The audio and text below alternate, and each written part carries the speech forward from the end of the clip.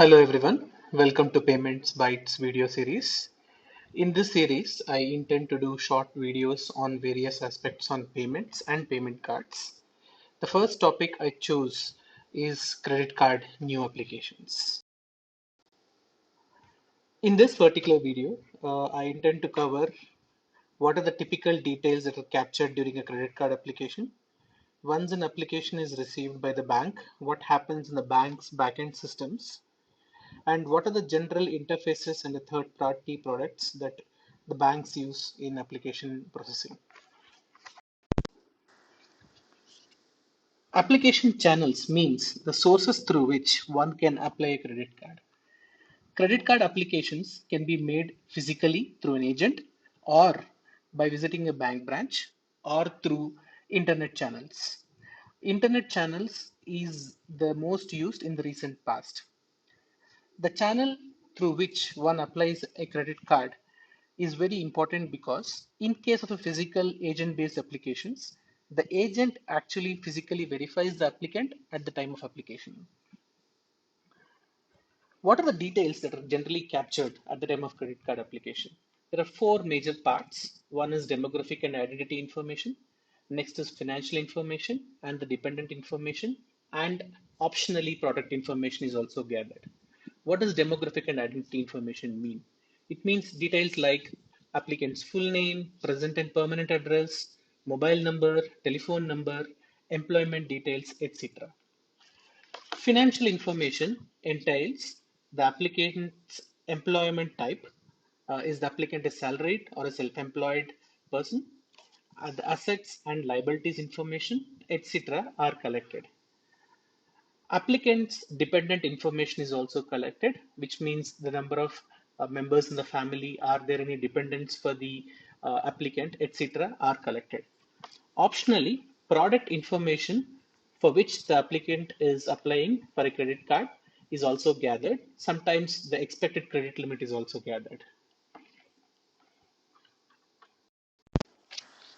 Generally, each bank have their own application capture and application processing platforms. There are few off-the-shelf products available in the market, or otherwise, the banks have their own custom-made solutions for the same. Let's look at all the backend steps that get triggered once an application is submitted. The first step is when the bank receives the application and associated documentation. The bank first stores the application in the database and any associated documentation in their document management system. The next step is called edit checks. In this step, the completeness of the application is checked for, and also basic validations of the application details is performed. If any of the details are incomplete or invalid, then the application would be rejected. The next step is called cross checks, where the bank checks if the applicant has any existing affiliation with them. For example, if the applicant has any existing savings account with them, if so, the general average balance that the customer has maintained, or if the customer has already an existing loan with them, if so, the repayment histories, etc. The next step is the first major step called as initial scoring, where the bank scores the application based on the rules set by the risk departments. The score is based on demographic, financial information, and any existing affiliations with the bank. There are rule engines that are available in the market for scoring, such as Experience NBSL or PowerCurve.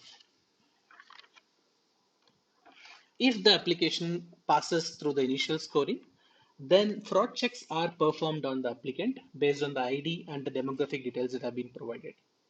Also, the identity proof that the applicant has submitted are validated manually or via any electronic verification services.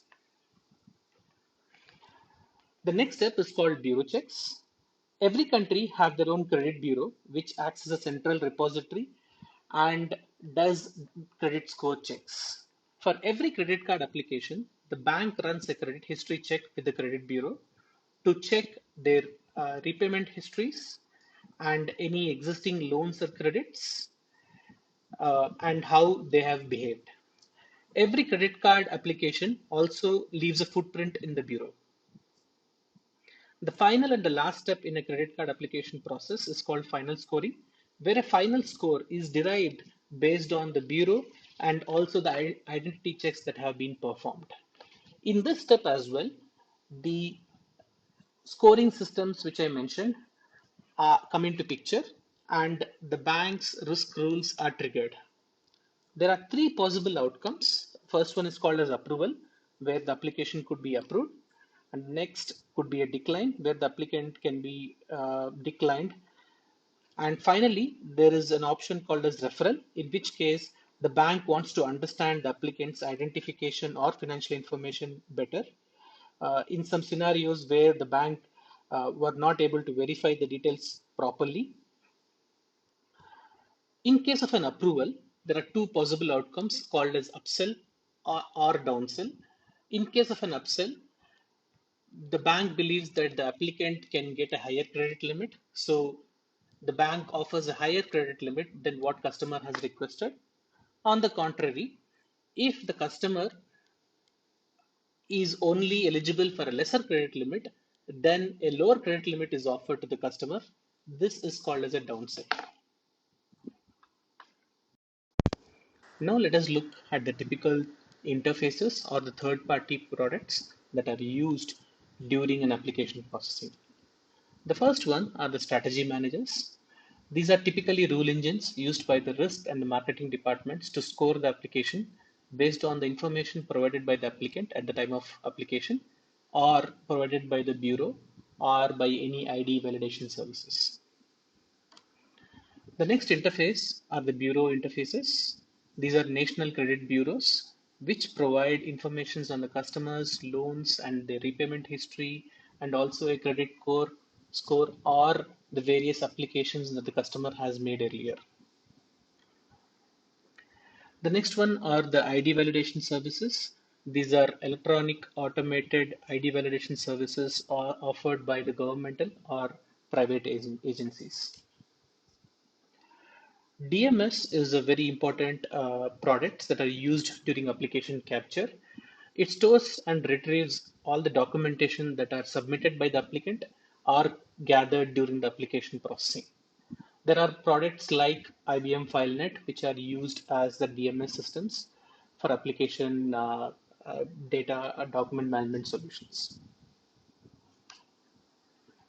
The last one is more of the recent use where AI and ML products are used to scrape the information from the documentation or the application submitted by the application.